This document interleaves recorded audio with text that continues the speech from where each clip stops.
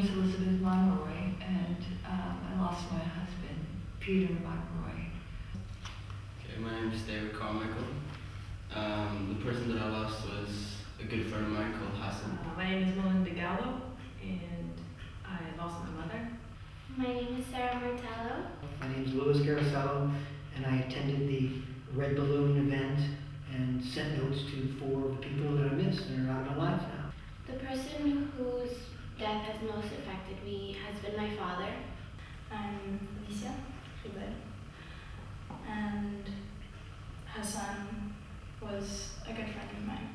Actually, I communicated or sent notes to 4 people, and the top, when you think of people that have passed, they were the first 4 that came to mind, and they were my sister and my mother, my Aunt May, kind of matriarch of the family, and one of my best friends who passed several years ago.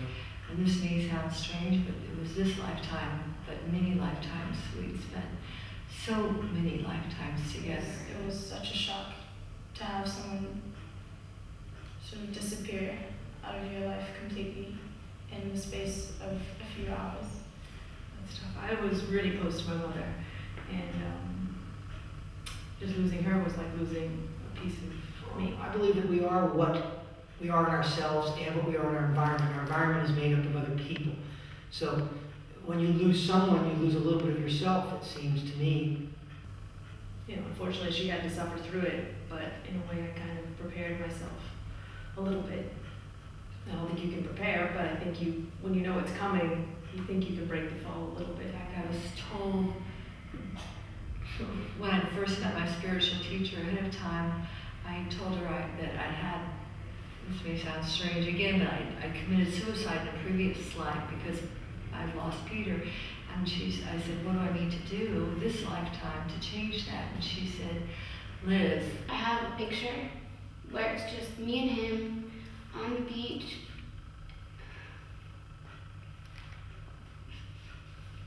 And it's like the one thing that once I thought I lost it and I just went crazy until I found it. It's the one thing that I never can be without. And there was so much happening around at the time, and I was one of the first people to actually see the body.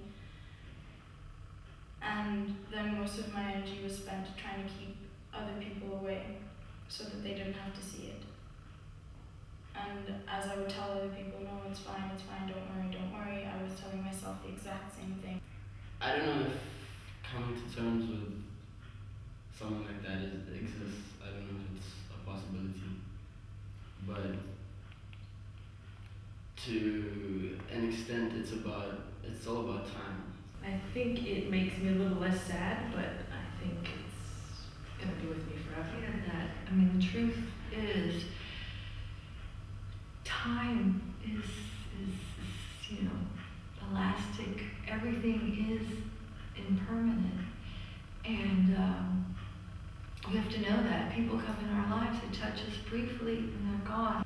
It's someone that would have been there for, certain moments of my life. It was tough. It was almost, as I said in my letter, it felt like it was two years too late. So it felt like something was off my shoulders, but still too late. I felt as if I was able to finally write something specifically to her, even though I talk to her once in a while. It felt good to talk to her. It felt like I was talking to her at a moment where I wasn't needing her.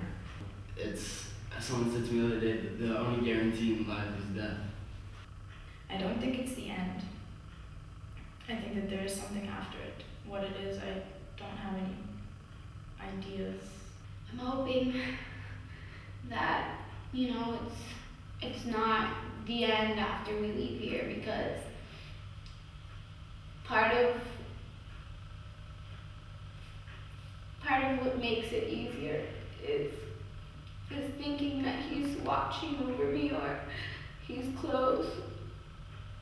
So I'd like to think that after, there's somewhere to go. It's like an end of a chapter, not necessarily of an entire life. I like to think that there's something there. everybody creates their own kind of way to make themselves feel better. Oh, death is final for the physical world here. You know, I wish I have read a lot about it. I wish I knew what was true and what wasn't. You don't know till you're there, I expect. The older you get, the less scary it seems to be. The balloon. Really good, actually. It was really nice. It was absolutely stunning to watch, and it was a completely different approach. And if I think back on his personality and how he did things, that's how he would have preferred for us to remember him. I thought it was very touching. I didn't expect as many people and to see as many balloons, and I felt a lot less alone. They were so happy, and it's almost like I kind of got to be around them, and it was like, okay, it's going to be okay. I can do this. I can say goodbye with the balloon because it's a happy thing.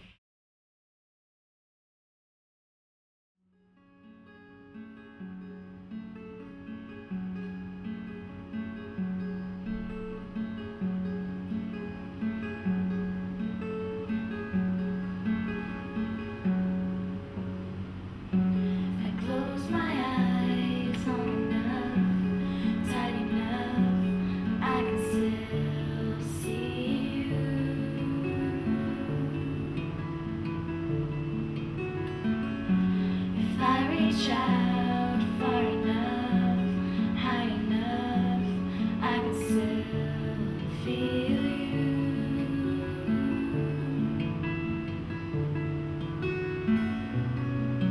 If I listen hard enough, then I can still hear you. And I wonder,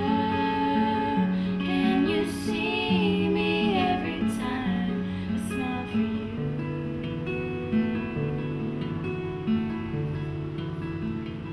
Do you feel as lost without us as we do without you?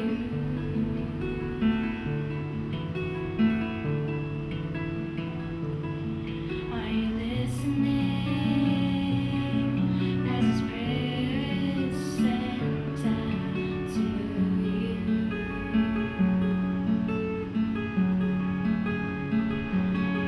Are you listening?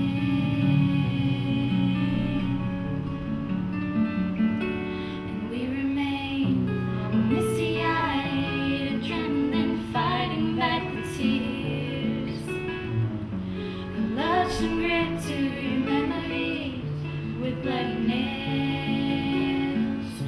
The sun kisses the earth and our shadows grow,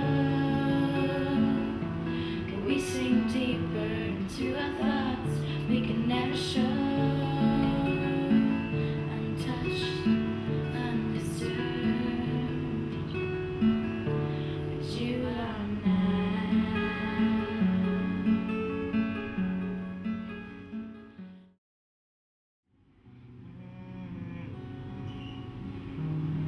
Tired of TV game shows, flowers in her hair.